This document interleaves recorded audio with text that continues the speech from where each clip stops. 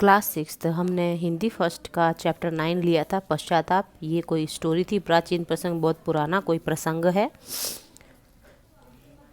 इसमें हमने पढ़ा था कि ये जो अर्जुन का पुत्र, अभिमन्यु का पुत्र था परीक्षित, तो इसके हवाले राजकाज करके ये सारे के सारे जो द्रौपदी और ये जो इन सारे भाई थे वो सारे कहाँ चले गए थे, हिमालय में चले गए थे। तो फिर है ना, एक बार क्या होता है, ये आखेट मतलब शिकार करने जाता है राजा परीक्षित। तो किसी की मुनि की शमीक ऋषि शमीक वहाँ पर कुटिया में जाता है। वहाँ पर वो समाधि लगा के बैठे होते हैं।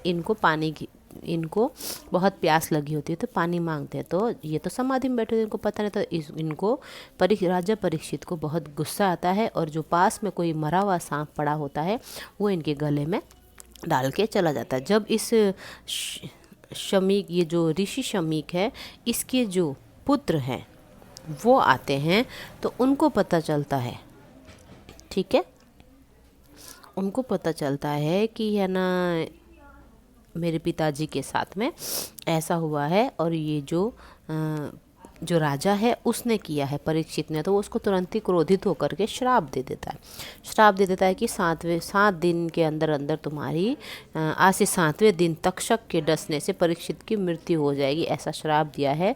तो जब ये समाधि से इसके पिता उठते हैं तो बोलते हैं कि तुम तो ऋषि के पुत्र हो, तो तुम्हारा श्राप ऐसे व्यर्थ नहीं जाएगा, तुमको ऐसा कठोर दंड नहीं देना चाहिए था। तो इसकी सूचना राजा परीक्षित को देनी चाहिए ताकि वो अपने आप को कैसे भी करके बचा ले।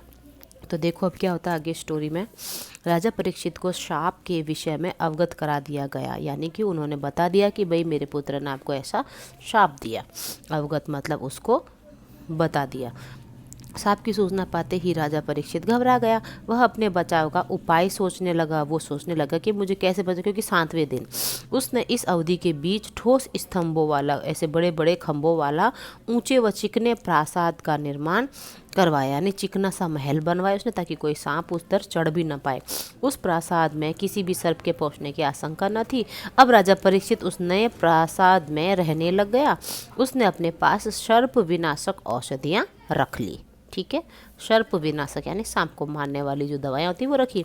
उधर श्रृंगी के शाप से प्रेरित होकर 7वें दिन तक्षक तपस्वी के वेश में राजा परीक्षित को डसने जा रहा था, यानी कि 7वें दिन तक्षक, ये तक्षक कौन है, सांप का नाम है। सांप का नाम है कि तक्षक सांप है, वो उसको डसेगा। तो तक्षक जो सर्प है वो तपस्वी के वेश में गया और उसको डसने जा रहा था। राह में उसकी एक भेंट वृद्ध ब्राह्मण से हो गई। किसकी, वो सांप की। उसने उस वृद्ध ब्राह्मण से पूछा, बंधु आप कौन हैं, कहाँ जा रहे हैं। उस वृद्ध ब्राह्मण ने कहा, मैं ब्राह्मण कश्यप हूँ। आज राजा परीक्षित को श्रृंगी ऋषि के शाप के अनुसार तक्षक सर्प डसने आएगा। मैं अपने मंत्र बल से उस सर्प के विष को नष्ट कर राजा के जीवन की रक्षा करूंगा। इससे मुझे अथाह धन की प्राप्ति होगी। यानी उन्होंने किसी को बुलाया होता है ब्राह्मण की, कोई अगर राजा को डसेगा तो मैं वो जहर निकाल दूंगा। वृद्ध ब्राह्मण की बात सुनकर तक्षक का माथा ठनका। फिर कुछ सोचकर बोला, अच्छा क्या आप मंत्र बल से किसी मृतक को जीवित कर सकते हैं। तो उसने बोला, हाँ बंधु, किसी विष दुर्घटना से होने वाली मृत्यु को अवश्य मैं जीवन में परिवर्तित कर सकता हूँ। मैं सामने के इस वृक्ष को विष दंश से जलाता हूँ। आप इसे अपने मंत्र बल से हरा कर दो तो मैं आपकी मंत्र शक्ति को सत्य मान लूँ। वो तक्षक सांप है, वो बोलता है जो सामने ये पेड़ है हरा भरा, मैं इसको अपने विष दंत से एकदम सूखा बना दूंगा, तो आप इसको वापस हरा भरा कर दो तो मैं मान लूँ। फिर इतना कहकर तक्षक ने अपनी विष ज्वाला से सामने के वृक्ष को जला दिया। मांत्रिक ब्राह्मण कश्यप ने जब मंत्र सिद्ध जल के छींटे उस जले हुए वृक्ष पर फेंके तो वह वृक्ष में कोपले फूटा, यानी वह वापिस से हरा भरा हो गया। यह देखकर तक्षक आश्चर्यचकित हो उठा। उसने उस वृद्ध ब्राह्मण को अपने रास्ते से हटाने की चाल चली। वह हर्षित मुद्रा में बोला, विप्रवर, मैं अपने तपोबल से अधिक शक्तिशाली आपकी मंत्र शक्ति को मानता हूँ। जितना धन आपको राजा परीक्षित से मिलने वाला है उससे अधिक मैं दिए लेता हूँ।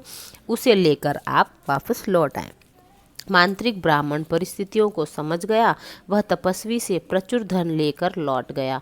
उधर तक्षक राजा परीक्षित के लिए तोड़े जाने वाले पुष्पों में कीड़े के रूप में प्रवेश कर उस नए सुदृढ़ प्रासाद में पहुंच गया। यानी कि वो क्या हुआ, तक्षक ने जो वो होता है फूल होते हैं, तो फूल उसके राजा के लिए लाए गए होंगे रूम में लगाने के लिए, सजाने के लिए।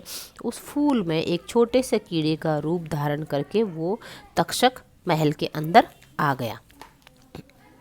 अवसर पाकर उसने राजा परीक्षित को डस लिया, जिससे उसकी मृत्यु हो गई। अगले दिन जब राजा परीक्षित की मृत्यु का दुखद समाचार फैला तो लोग ब्राह्मण के पास पता करने के लिए गए कि क्या उसकी मंत्र शक्ति निष्फल हो गई, यानी बेकार हो गई, कि ब्राह्मण बुलाया था और ब्राह्मण वो जो राजा को बचा लेगा, तो क्या वो बेकार हो गई। कश्यप ब्राह्मण ने लोगों को बताया कि वह किस प्रकार राजा से बिना मिले ही लौट आया। उसके इस आचरण की लोगों ने बड़ी निंदा करी, बहुत बुराई करी कि तुम्हें ऐसा नहीं करना चाहिए था। कश्यप ब्राह्मण को अपनी भूल पर बड़ा पछतावा हुआ।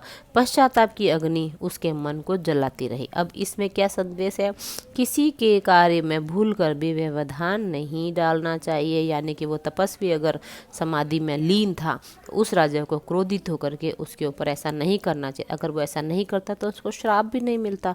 श्राप के कारण ही उसकी राजा की मृत्यु हुई। तो इस चैप्टर को बेटा 2 टाइम्स अच्छे से रीड करना है, समझना है। उस ऋषि का क्या नाम था, ऋषि के बेटे का क्या नाम था, अर्जुन, ये परीक्षित कौन था, है ना, इसके पिता कौन थे, तो ये सब के सब बातें, सांप का नाम क्या था, है ना, श्राप क्या दिया था, किसने दिया था, ये सारी की सारी बातें आपको इस चैप्टर से पढ़ के ही आ जानी चाहिए, ताकि अपन आगे के जो क्वेश्चन पेपर बनाए वो इंटरनल क्वेश्चन पूछूं तो आपको आराम से आने चाहिए। तो ओके बेटा, इतना ये चैप्टर आपको रीड करना है। फिर कल अपन इसके नेक्स्ट टाइम अपन इसके अब बुक एक्सरसाइज बताऊंगी या तो फिर क्वेश्चन आंसर बता दूंगी। ओके बेटा।